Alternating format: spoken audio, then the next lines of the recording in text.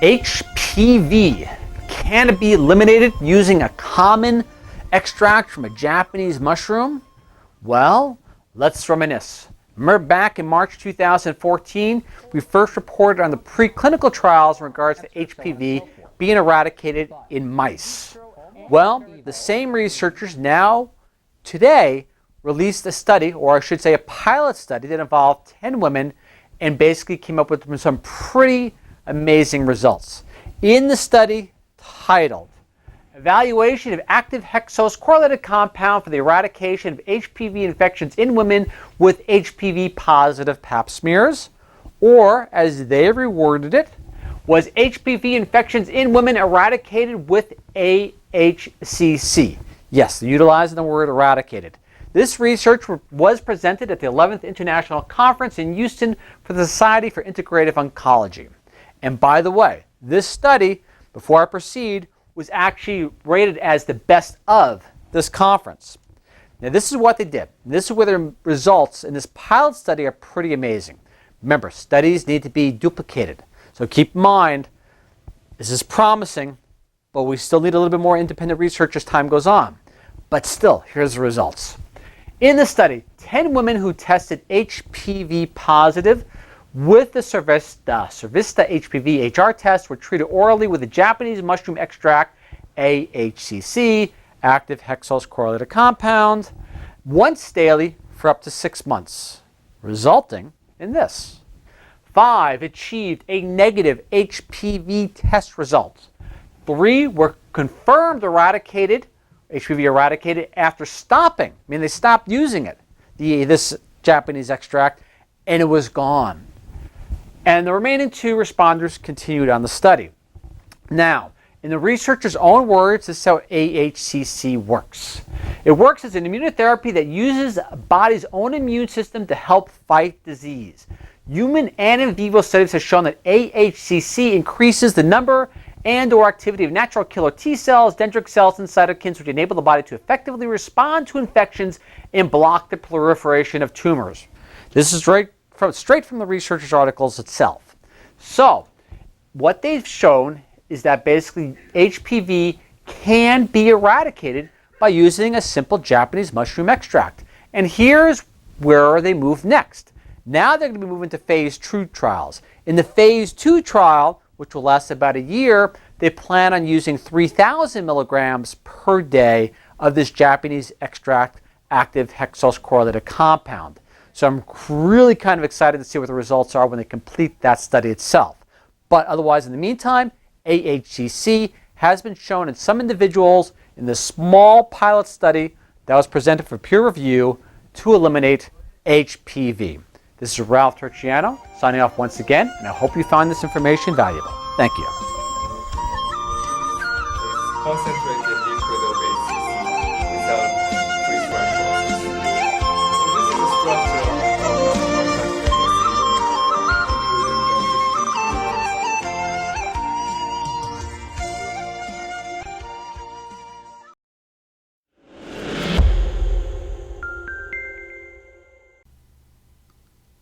Cervical cancer is now considered a sexually transmitted disease. Originally suspected as such, as it was supposedly found less in nuns and more in prostitutes, but now we have DNA fingerprinting proof that virtually all cervical cancer is caused by a sexually transmitted virus, human papillomavirus, which also causes cancer of the penis, vagina, vulva, and throat. HPV is considered a necessary, but not sufficient, cause of cancer. Most young women contract HPV, but most don't get cervical cancer because their immune systems are able to clear out the virus. 70% of women clear the infection within 1 year, and more than 90% within 2 years, before the virus can cause cancer, unless you're immunocompromised or something. Well, if that's the case, maybe those with particularly strong immune systems might clear the virus even faster. That's what may be behind this new study that found that vegetarian women appear to have significantly lower infection rates with HPV. One of many studies reporting vegetarians having lower risk of HPV infection, thought to be because of the presence of more fruits and vegetables in their diet, which are rich sources of all sorts of good phytonutrients. So for example, if you take a bunch of women with cancer-causing strains of HPV infecting their cervix, and follow them out and retest at 3 months and then 9 months, while analyzing their diets, what do you find? Higher levels of vegetable consumption may cut the risk of HPV persistence in half, double one's likelihood of clearing this potentially cancer-causing infection, and higher levels just meant like 2 or more servings a day. What do antioxidants in plants have to do with viral diseases? Well, different antioxidants affect different viruses in different ways, but against HPV, don't you know that electrophoretic mobility supershift assays showed irrespective of enhanced C-phos expression, C. junus phosphorylated became primarily heterodimerized with FRA1, which was also induced after PDTC incubation. I mean, duh! I had to read this paper like 5 times. Long story short, antioxidants appear to suppress the activation of critical segments of the virus's DNA. Maybe that's why smearing green tea on genital warts, also caused by HPV, has been found so effective in clearing them. In terms of preventing cervical cancer, through their role as antioxidants, phytonutrients like lutein, found in dark green leafy vegetables, and lycopene, the red pigment in tomatoes, may decrease viral load, thereby decreasing persistence and progression to disease. Whereas the protective associations may be due to their antioxidant properties, they have all sorts of other wonderful effects, so who knows, who cares? Bottom line, higher consumption of vegetables may decrease risk of HPV persistence, which may help explain why this 2013 study found vegan women have significantly lower rates of all female cancers combined, including cancer of the cervix.